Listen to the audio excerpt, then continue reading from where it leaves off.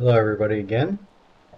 So far we've formed the sale price, the sales growth, sales price, and variable costs set up. Um, Make sure you spend a lot of extra time getting this equation right in your sales price because it's the exact same one that you're using in your variable costs, and your numbers will come out wrong, and they will be obviously wrong. I can look at them and they just make no intrinsic sense. So anyway, be careful about those two. Remember to redo your random variables between the sales price and the variable costs. If you don't redo them, then you're going to have a perfect correlation between the two, which means is the sales price goes up, variable costs will go up, so your net profit will be exactly the same no matter what happens, and your Monte Carlo simulation will be inaccurate, to say the least. Another thing that will show up, obviously. All right, so now we're going to do the overhead one. In the overhead one, again, I'm going to assume in this example that the base overhead is 20.3% of sales. The standard deviation is always going to be 10% of whatever your base is. So the higher the base, the higher the standard deviation is, which is reasonable. And then we're going to add a drift term to it. And the drift term is 1% of the base. And the drift term is going to continually increase deterministically, which means there's a line associated with this. Now we draw random variables around it, so you can still have lower or higher values. I mean, it's 20.3 is my starting point. You can see right here I have 20.06, which is below it, or just slightly above it, even though we have this drift term. Here's another 20.06. That was my phone going off telling me one of my videos have been posted. This one's 19, so the drift term is moving us deterministically higher, yet the randomness means we can be actually lower. And I've messed up here. I'm going to hit escape. So it's just, again, it's just the original times, I'm sorry, it's 1% drift, 0.01. And this 1% drift is controlling for issues that are SG&A related, meaning primarily what we're looking at here is an increase in regulatory costs. So healthcare costs are controlled with variable costs because you can take the healthcare cost per employee and turn it into an hourly rate, so it'll grow accordingly. And although healthcare costs are growing really quickly, they're a percentage of a percentage of a percentage. I mean, they're something definitely managers need to focus on, but their net impact is incremental. It is bad from a capital formation standpoint, but 1%, 2%, you can put whatever drift term in for other projects that you want. Anyway, this one is controlling for regulatory costs, so you have things like an increase in OSHA regulation. You have the overhead associated with Obamacare, for example.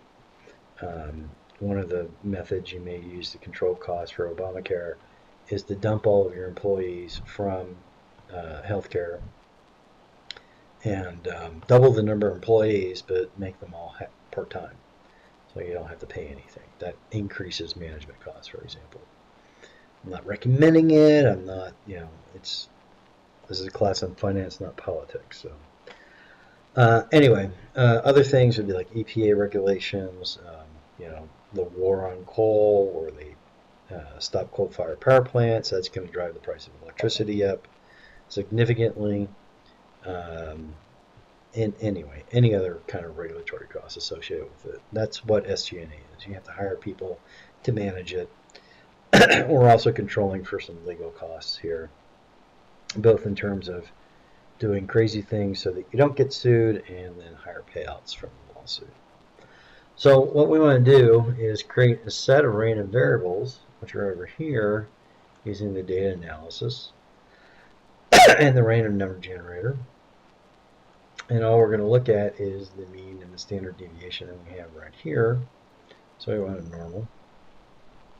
And again, our mean is going to be 20.03, so that's 0.203. And our standard deviation is 10% of that, so that's 0.0203. And make sure that we're putting it in the right spot. Yes, that's good. And we hit OK. And you cannot use your. Oh, I have 2 decimal points here. Sorry. OK and OK. So here's my new set of random variables. And then all we're doing on this one is we're taking B2. Notice the dollar signs in front of the 2. We're subtracting 1, so the first year we don't do anything. We're multiplying it by our drift term, and then we're adding whatever the random number is. So that as you get to the end, here we have K2, which is still the drift, it's K2, which is the number, minus 1, so that would be 9 times the drift term plus whatever the random variable is out here that I can't see. And finally, what we're going to look at is the WACC. Now, we don't want a WACC for every year, right? We don't need a different weighted average cost of capital. Then you're discounting at different rates for every year, and that's not what the NPV process really is about. We just want a single set. So this would be for run 1, and then 2, 3, 4, 5. So here you're going to go to pick a point. We're going to go to the data data analysis, random number generator. Instead of 10 variables, we only want 1. We want 200 copies of that one. In this case, the mean is going to be, for me, it's 0.92, and I'm just picking numbers here. And then the standard deviation is 10%. So that's 0.0092. In our output range, we need to change. You see it's way over here. We want to just put it right there. Hit return, go ahead, OK. And yes, we want to go ahead and overwrite. Now I have my new WACCs. So what the variable WACC changing means that the estimate is not precise. It's not exact. Plus, it also changes over time. So we may want to include that into as one of our random variables that are changing. Now, I will say I've seen this both ways in my experience.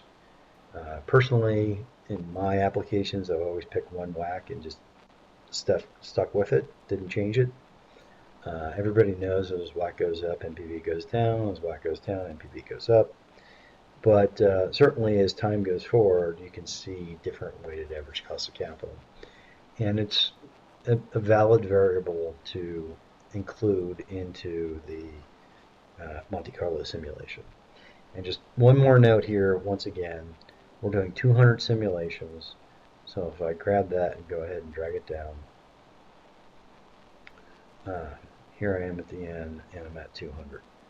10,000 is a normal small end application for the Monte Carlo simulation. 200, I mean, our numbers are not going to really represent the variety of strategies that are out there. Sales go down, we can decrease price and put everything on sale, and therefore hopefully increase sales. We could increase price to offset those. Sales goes down, we can go ahead and fire some people from SG&A, and therefore cut our costs, etc. So those are the things that we're trying to capture here. And I'm going to do another video where I use this data to incorporate in the NPV calculation. So I'll stop here, and hopefully you can follow everything that I said. Thanks. Bye.